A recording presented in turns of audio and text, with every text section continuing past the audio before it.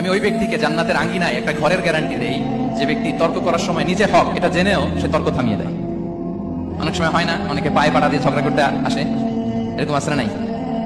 আপনি চুপচাপ দেখবেন একটা বাজে কমেন্টস করতেছে, আবার কমেন্টের নিচে কমেন্ট, আবার গালি, হ্যাঁ আছে না এরকম? বিষ্ণু বলেন নিজে হক এটা জানার পরেও আর যাতে তর্ক না বাড়ে, যে তর্ক থামিয়ে দেয় জান্নাতের আঙ্গিনায়, তাকে আমি একটা ঘরের গ্যারান্টি দেই। ওবিবাইতিন ফি ওয়াসাতিল জান্নাতি লিমান তারাকাল কাযিবা ওয়া ইন কানা মাযিআন। আর ওই ব্যক্তিকে আমি জান্নাতের মাঝখানে একটা ঘরের গ্যারান্টি দেই যে ব্যক্তি কৌতুক করার সময়ও মিথ্যা পরিহার করে। করতেছে কৌতুক, ফান করতেছে, আর ইজ কিডিং, পান করে, কৌতুক করে, কিন্তু কৌতুকের সময় সে মিথ্যা বলে না। এই স্বভাব যাদের, তাদেরকে আমি জান্নাতের মাঝ বরাবর একটা ঘরের গ্যারান্টি দেই।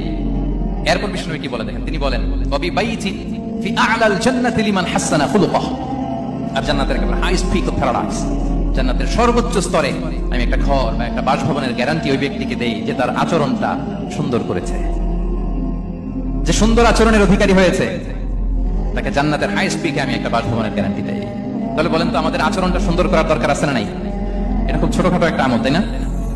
কথা বলেন দক্ষিণ কোরিয়া প্রবাসী ভাইরা, আওয়াজ করে বলেন এটা কি ছোট আমল? দেখলে সালাম দিব, সুন্দরভাবে কথা বলবো, ভালো উইশ করব, হ্যাঁ, হিংসা জিঘাংসা অহংকার থেকে মুক্ত থাকবো, খিটখিটে মেজাজের হব না, অলওয়েজ স্মাইলিং ফেস থাকবে আমার, হৃদ্যতাপূর্ণ আচরণ। এই কাজটা কি ছোট আমল? আওয়াজ করে বলেন এই আমলটা কি ছোট না বড়?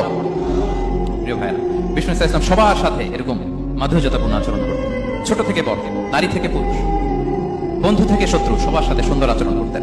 এবং তার এই চমৎকার আচরণে মুগ্ধ হয়ে তার অনেক শত্রু মুহূর্তে তার বন্ধুতে পরিণত হয়েছে।